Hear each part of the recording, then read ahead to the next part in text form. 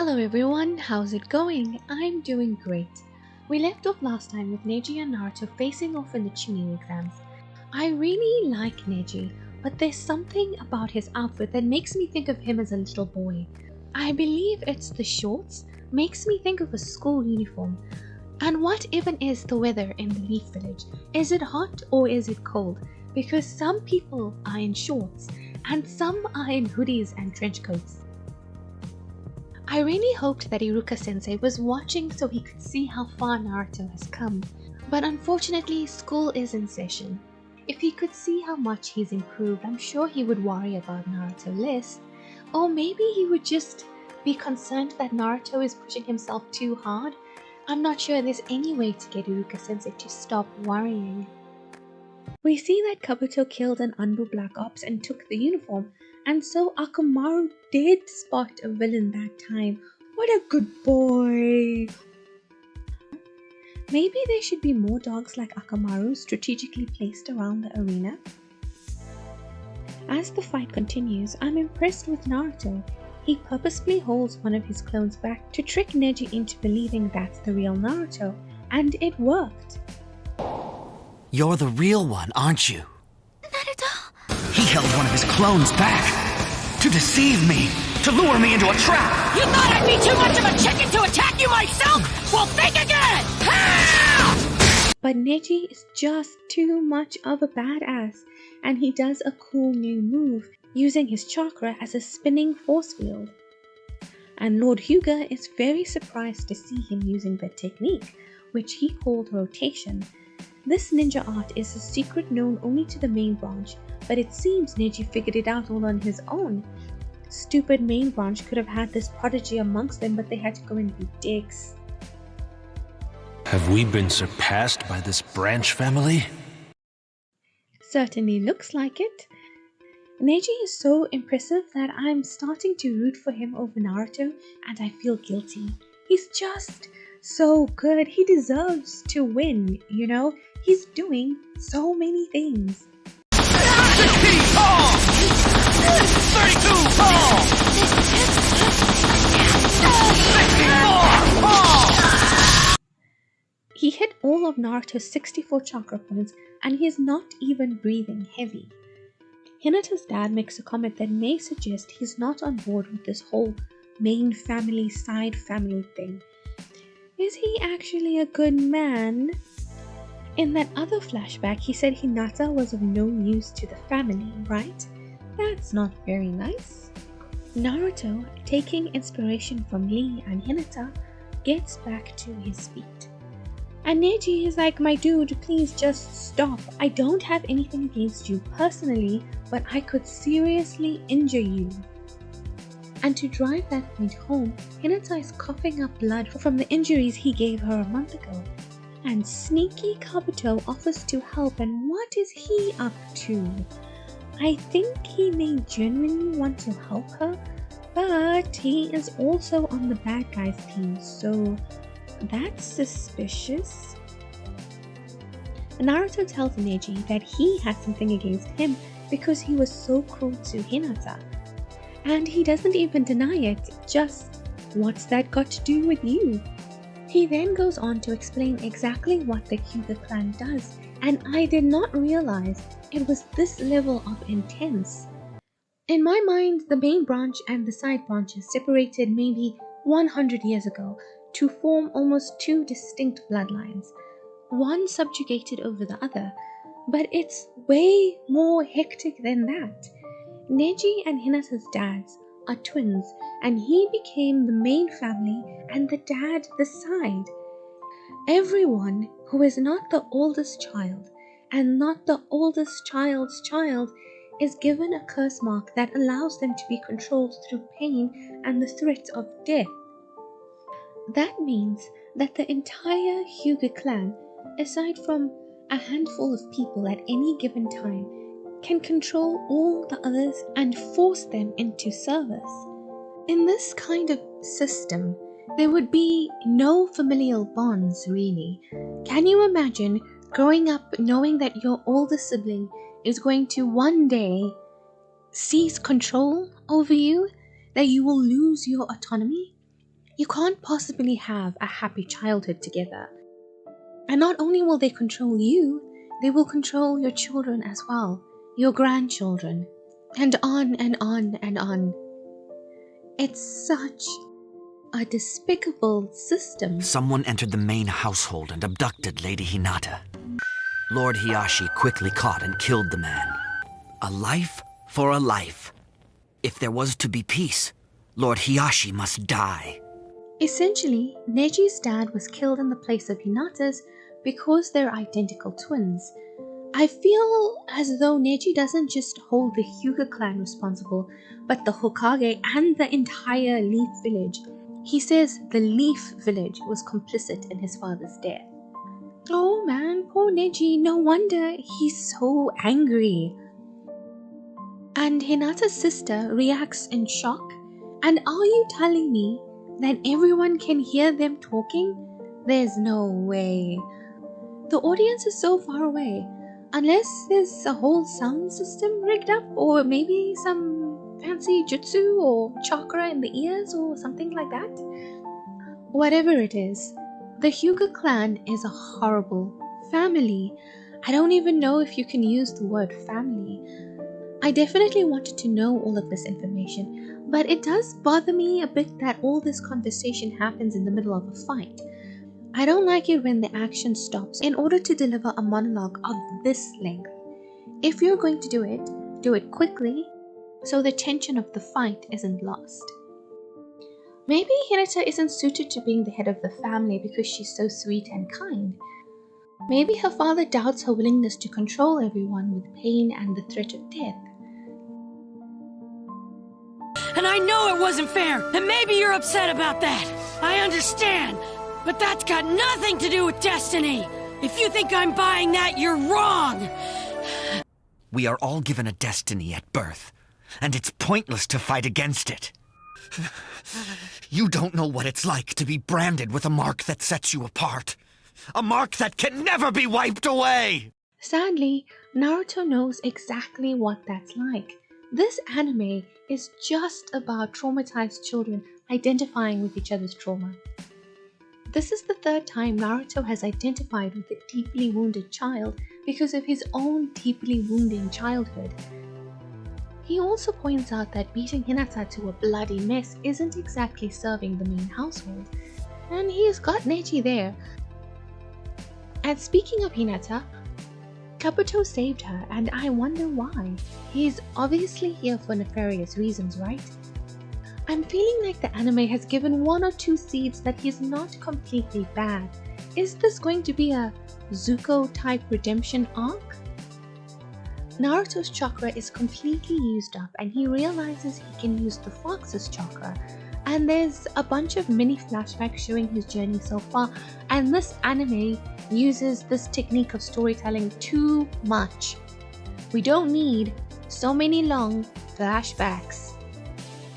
People are very surprised when he manifests the fox's power, and Neji with his Byakugan. What even is this? And Naruto is like, oh man, all this power feels good. It even heals his wounds. It may be the Hyuga way to cave into destiny, it's not mine! If you think it's futile to fight, then don't! Just stand there and take it! Oh, I like that, Naruto. Go ahead and inspire the whole world to change. The impact of Naruto and Neji's punch is explosive, and it seems like surely it must be over for both of them. As the smoke clears, we see there are two craters in the ground, and Neji emerges first, having survived quite an intense blow. But Naruto has one of his occasional strokes of brilliance and uses a clone to trick Neji and lands a solid uppercut to the chin using a tunnel. Neji makes a comment like, of course, shadow clones is your speciality, and Naruto explains to him that he failed the graduation exams 3 times because he just couldn't use clones properly. And now, even Neji himself acknowledges that this is his speciality, so don't ever say you can't change. My clones were pathetic. That's right, I flunked the shadow clone jutsu every time. So don't come whining to me with this destiny stuff. And stop trying to tell me you can't change what you are. You can do it too, because after all, unlike me, you're not a failure. You know, Naruto is annoying a lot of the time, but he really has some good moments. And his nails are bleeding. I'm guessing from digging the tunnel? That's pretty intense. Even Johnny Young Bosch Proctor is very impressed by his attitude. I'm happy Neji lost because it's important in his development as a human being. This loss to this opponent is necessary for him to shake the whole unchangeable destiny thing. I hope he still gets the promotion, since it doesn't matter if you win as long as you showed skills worthy of a Chunin, which I believe he did. All in all, I'm quite satisfied with this outcome. Well, I think the pacing was a bit off. This could have been condensed a bit, but I did enjoy it. Let's hope all these traumatized kids find happiness and peace. It's very nice to see Naruto getting some applause from the villagers. I wonder if their attitude toward him will change after this victory. He definitely seems to have earned the respect of the ninjas, and that's good. Sakura realizes that she also needs to work hard, and yes, she really does. I think she's just been depressed about Sasuke for the last month, and that's such a waste. A few of the ninja are surprised Naruto can control the fox chakra so well. Maybe if someone had told him he had fox chakra to be accessed, he could have been practicing this entire time. The Kazekage looks very shocked. Did he not expect to see another demon child? We cut to Neji in the recovery room. No serious injuries, he just needs to rest and recover his chakra. Lord Hyuga enters and Neji forces his body to sit up. Even though he's so weak, he forces himself to sit up, and I feel that this really shows the dynamic in the family. This is his uncle, you know, he should be able to lie down after a fight in front of his uncle. Hiyashi reveals that there's more to his father's death than Neji thinks and gives him a scroll written in his father's hand. As it would turn out, his father chose to die in his brother's place, and in this willing act of sacrifice, he found freedom. After being essentially a slave since he was a child, he finds peace in being able to choose his death, and to do it for the good of the clan. This information changes Neji's entire perception of his father's death, and should have been revealed to him much earlier. Forge your own destiny, Neji. Your fate is something you create with your own hands. Father. I really do like this sentiment that we create our own fate. Lord Hiyashi bows to Neji before he leaves. Maybe he's not so bad after all. I reserve judgment till further information is provided. And Neji finally finds some peace. His small smile when he cries really pulls at my heart. He's determined to become stronger so he never loses again. Meanwhile, Sasuke's continued absence is causing problems.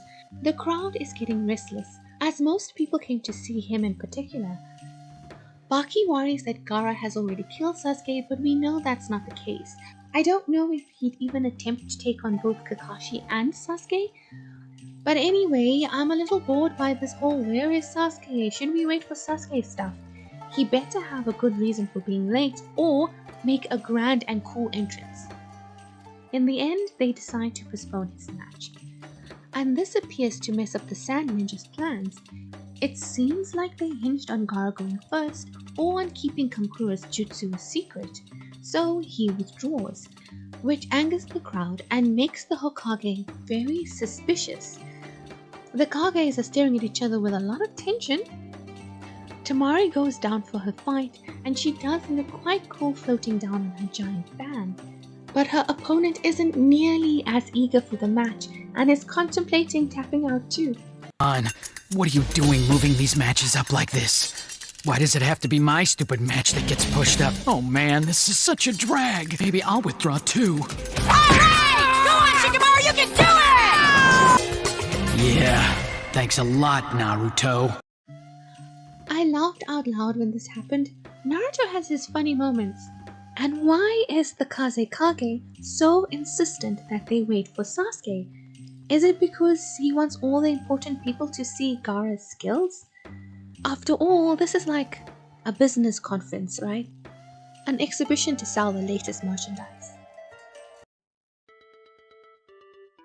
The crowd grows impatient with Shikamaru's inaction and indecision and begins to throw rubbish at him, and that's so disrespectful. Have some decorum, guys. These ninjas, including this young ninja, will literally be putting their lives on the line for you. You can't throw rubbish at him because he's not entertaining you. He's a ninja, damn it! And Shikamaru feels the same way that I do and debates giving them a fight at all. He just lies there, and it's kind of refreshing. Everyone is so determined to be the strongest in this anime, and Shikamaru is like, is this worth getting knocked around for? Temari gets impatient and charges, and Shikamaru is like, oh brother, she's a spunky one. I hate spunky ones. A brand new soundtrack plays for this fight, and I like the vibe of it. It suits Shikamaru and his whole unbothered badassery. I know it's not very classy for a guy to clobber a girl, but whoever said I was classy? I like that Ino is supporting him so passionately, though she's completely misreading the situation, thinking they're about to see his passionate side, and I do not think that's the case. I wonder what kind of situation would bring out his passionate side. Yeah! Go, Shikamaru! Sometimes I wish I was a cloud, just floating along, going wherever the breeze takes me. I also wish I was a cloud, Shikamaru. I too was designed for a leisurely life, but I keep having to do things and be responsible. I initially didn't like Temari's four-pony hairstyle, but it's growing on me a bit. She's got a pretty face too, though I don't like her outfit. Also, she can tell his shadow jutsu stretches 15 meters and 32 centimeters, and that's some incredible accuracy. Very impressive ninja skills.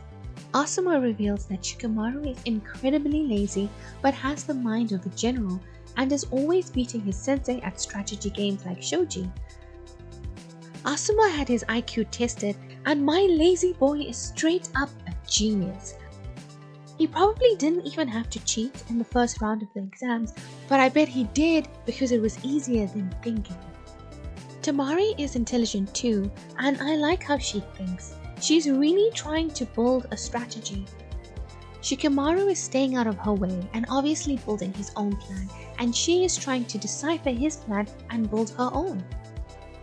I'm really starting to like her, but I don't want to because she's a bad guy. But I think she's the best young kunoichi we've seen so far, though we haven't seen that much of Tenten. But then she did beat Tenten, so she's better than Tenten. I enjoy the detail that Shikamaru holds his hands in a certain way when he activates his brain power, and I love that his sensei knows him so well. He finally gets Temari in his shadow position by cleverly using a distraction and the tunnel that Naruto made earlier. This whole time he was pushing her into the right spot, and she didn't see it coming. But then he gives up because his chakra is running low, and if he wins, he'll just have to fight more. The hell with it. I give up. Huh? I used up all my chakra on that shadow possession jutsu. I'm good for about another 10 seconds, and that's it. Bummer, and here I'd already planned out the next 200 moves in my head. But my chakra's running low. I like this kid. He never panics. He's able to calmly assess his tactical situation and determine the wisest course of action. He has something a lot of the others lack: clarity. The senior ninjas are very impressed with Shikamaru and his strategy. Knowing when to give up or retreat is a valuable trait, and mitigating loss of life is important. Even though Shikamaru lost and Naruto won, they think he's definitely more Chunin material, and I agree. And of course, Naruto is so mad at his friend that he jumps into the ring to scold him.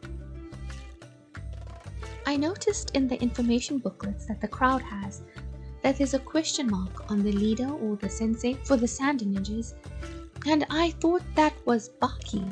So, who is their leader or their sensei? Sasuke is still not here, the crowd is getting crazy, and the Kazekage continues to insist on waiting for him to arrive. I'm annoyed at all of this delay myself. Either fight or move on. The Kazekage requests 10 more minutes to wait for Sasuke, and the Hokage agrees. I hope Hiruzen is appropriately suspicious of this man's motivations. Guy and Rock Lee arrive at the arena and are very surprised to learn that Naruto beat Neji. Lee really is a genuinely good guy and seems to be happy for Naruto. Beating Neji is something he's been trying to do for ages, and he smiles when he learns that someone else did it. But there's definitely pain behind that smile. Guy is mostly focused on Lee's reaction, and I wonder if he would consider this a loss in his whole rivalry with Kakashi, as this was a battle between their students. Time drags on, and Genma is just about to call time and give the match to Gaara when Sasuke and Kakashi make a grand entrance with the leaves all swirling around dramatically. Sorry we're late. You wouldn't believe the traffic. Oh Kakashi, I was very annoyed by your lateness, but you just look so dang handsome and I can't be mad. And I did say that I wanted them to make a grand entrance. I see Sasuke has changed his outfit. He's in all black now. I had a blue shirt and I had to make it black. It looks like it's a onesie. Is he wearing a onesie? I don't like it if it's a onesie.